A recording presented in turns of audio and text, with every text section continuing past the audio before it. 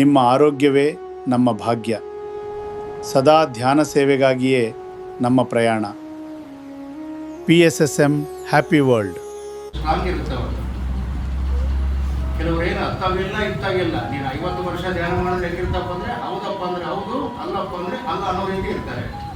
ನಾನು ನೋಡ್ತಾ ಇದ್ದೀನಲ್ಲ, ಏನು ಪ್ರಗತಿ ಇಲ್ಲ, ಏನು ಪ್ರೋಗ್ರೆಸ್ ಇಲ್ಲ, ಹಂಗೇ ಇರ್ತಾರೆ. ಅದಕ್ಕೆ ಹೆಂಗಿರಬೇಕು? ಸ್ಟ್ರಾಂಗ್ ಇರಬೇಕು. ಯಾವಾಗಲೂ ಸ್ಟ್ರಾಂಗ್ ಇದ್ದಾಗ ಮಾತ್ರವೇ ನಾವು ಏನಾದರೂ ಜಗತ್ತಿನಲ್ಲಿ ಒಂದು ತಿಳ್ಕೊಳ್ಳೋದಕ್ಕೆ, ಸಾಧಿಸುವುದಕ್ಕೆ, ಸಮಾಜಕ್ಕೆ ಒಂದು ಸಂದೇಶ ಕೊಡೋದಕ್ಕೆ ಕಾರಣ ಆಗ್ತೀವಿ ನಾವು. Okay, thank you masters. ಮತ್ತು ನಮ್ಮ ಸಿದ್ದಾರೂಢ ಅವರಿಗೆ ಮತ್ತೊಮ್ಮೆ ಜೋರಾಗಿ ಚಪ್ಪಾಳೆ.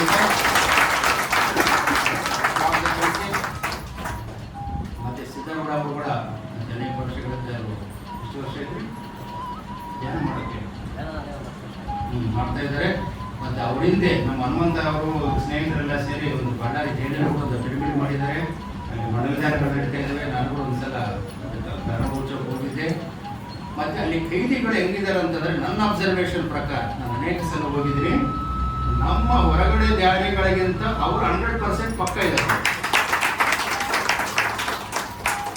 ನಾವು ಇಲ್ಲಿ ಬೇಷು 3 ತಿಂದು ಫ್ಯಾನ್ಗಳಿಗೆ ಇದ್ದು ಸುಖವಾಗಿ TV ನೋಡ್ತಾ ಮೊಬೈಲ್ ನೋಡ್ತಾ ಇರೋರಿಗಿಂತ ಅವರು ಅದ್ಭುತವಾಗಿದ್ದಾರೆ. ಮತ್ತೆ ನಾವೆಲ್ಲ ಸುಖ ಇದ್ರೂ ಕೂಡ ಏನು ಮಾಡ್ತಾ ಇದ್ದೀವಿ? ಸೀರಿಯಸ್ ಆಗಿ ತಗೊಳ್ತಾ ಇಲ್ಲ. ಒಂದ್ಸರಿ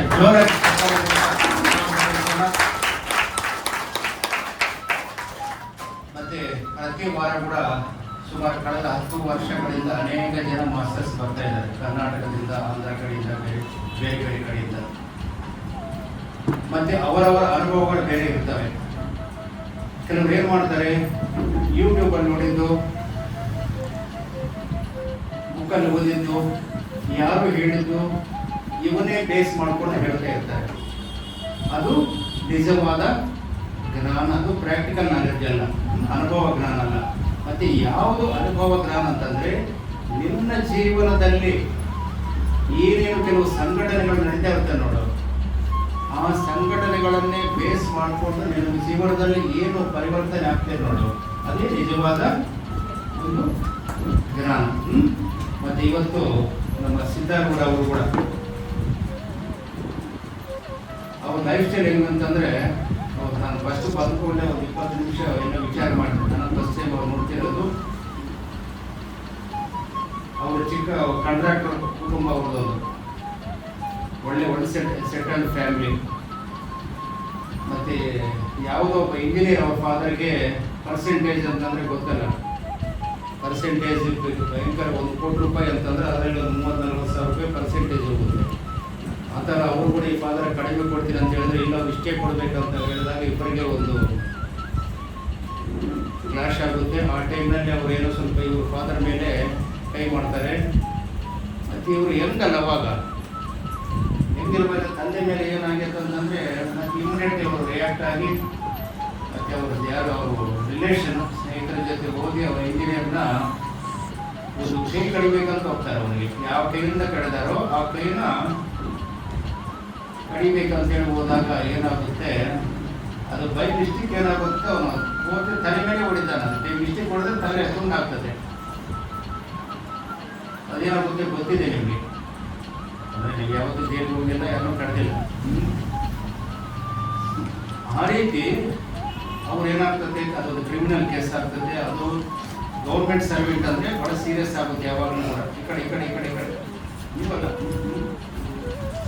ಗೌರ್ಮೆಂಟ್ ಸರ್ವೆ ಅಂತಂದರೆ ಸೀರಿಯಸ್ ಆಗುತ್ತೆ. ಅವ್ರು ಯಾರೋ ಒಂದು ಪೊಲೀಸ್ ಆಗಲಿ, ಒಂದು ಸಣ್ಣ ಕೆಲಸಕ್ಕಾಗಲಿ ಗೌರ್ಮೆಂಟ್ ಕೇಸ್ ಭಾಳ ಸೀರಿಯಸ್ ಆಗುತ್ತೆ. ಆಮೇಲೆ ಅವರು ಮತ್ತೆ ಹೋಗ್ತಾರೆ, ಜೀವಾವಧಿ ಶಿಕ್ಷೆ ಆಗುತ್ತೆ. ಆಮೇಲೆ ಏನಾಗುತ್ತೆ, ಜೀವನದಲ್ಲಿ ಸುಮಾರು ಅನೇಕ ವರ್ಷಗಳು ಜೈಲಿನಲ್ಲಿದ್ದು ಅನೇಕ ಜನ ಜೈಲಿಗೆ ಹೋಗ್ತಾರೆ, ಬರ್ತಿರ್ತಾರೆ.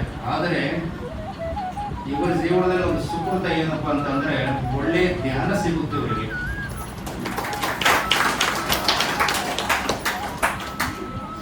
ಮತ್ತು ಇವರೇನು ಪೂರ್ತಿ, ನಾನು ನಮ್ಮ ಹನುಮಂತ ಅವ್ರ ಫೋಟೋ ಕಳಿಸಿದಾಗ ಏನೋ ಹಳ್ಳಿ ಊರವರು ಅನ್ಎಜುಕೇಟೆಡ್ ವ್ಯಕ್ತಿ ಅನ್ಕೊಂಡು ಅವ್ರ ಫೋಟೋ ನೋಡಿ.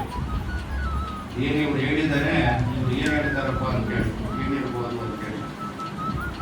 ಈಗ ಫಸ್ಟ್ ಬಂದ ಕೂಡಲೇ ಹೇಳಿದ್ರೆ ಅವರು MA LLB ಹೈಲಿ, ನಮ್ಮಲ್ಲಿ ಯಾರಿಲ್ಲ ಪತಂಜಲಿಯಲ್ಲಿ ಅಷ್ಟು ಹೈಲಿ ಎಜುಕೇಟೆಡ್.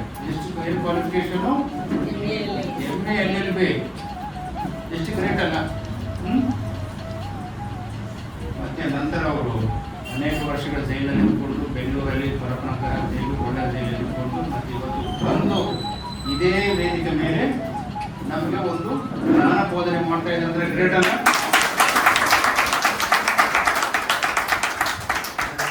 ಜೀವನದಲ್ಲಿ ತಪ್ಪುಗಳಾಗ್ತಿರ್ತವೆ, ಅದನ್ನು ಯಾವ ರೀತಿ ಸರಿಪಡಿಸ್ಕೋಬೇಕು ಅಂತೇಳಿ ಇನ್ನೊಂದು ವಿಚಾರ ನಿಮ್ಗೆ ಹೇಳ್ತೇನೆ. ನನ್ನ 30-35 ವರ್ಷದ ಸರ್ವಿಸಲ್ಲಿ ನಾನು ಬಹಳ ಜನ ಅಬ್ಸರ್ವ್ ಮಾಡೀನಿ. ಯಾರಾದರೂ ಒಂದು ಸ್ಟ್ರಾಂಗ್ ಇರ್ತಾರೆ ನೋಡಿ ವ್ಯಕ್ತಿ, ಅವ್ನು ಏನೇ ಆಗಲಿ ರೌಡಿಸಮ್ ಮಾಡಲಿ, ಇನ್ನೊಂದು ವ್ಯಕ್ತಿಗಳಾಗಲಿ, ಅಂಥ ವ್ಯಕ್ತಿಗಳು ಧ್ಯಾನಕ್ಕೆ ಬಂದ್ಕೊಳ್ಳೆ ನಮ್ಮೆಲ್ಲರ ಮೀರಿ ಹೋಗ್ತಾರೆ. ಅವರು ನಮ್ಮೆಲ್ಲರೂ ಮೀರಿ ಹೋಗ್ತಾರೆ. ಅಂದ್ರೆ ಒಬ್ಬ ವ್ಯಕ್ತಿ ಒಂದು ಕಡೆ ಎಷ್ಟು ಸ್ಟ್ರಾಂಗ್ ಇರ್ತಾರೋ ಇನ್ನೊಂದು ಕಡೆ ಕೂಡ ಅಷ್ಟೇ ಸ್ಟ್ರಾಂಗ್ ಆಗ್ತಾನೆ. ಎಕ್ಸಾಂಪಲ್ ವಾಲ್ಮೀಕಿ ಮಹರ್ಷಿ.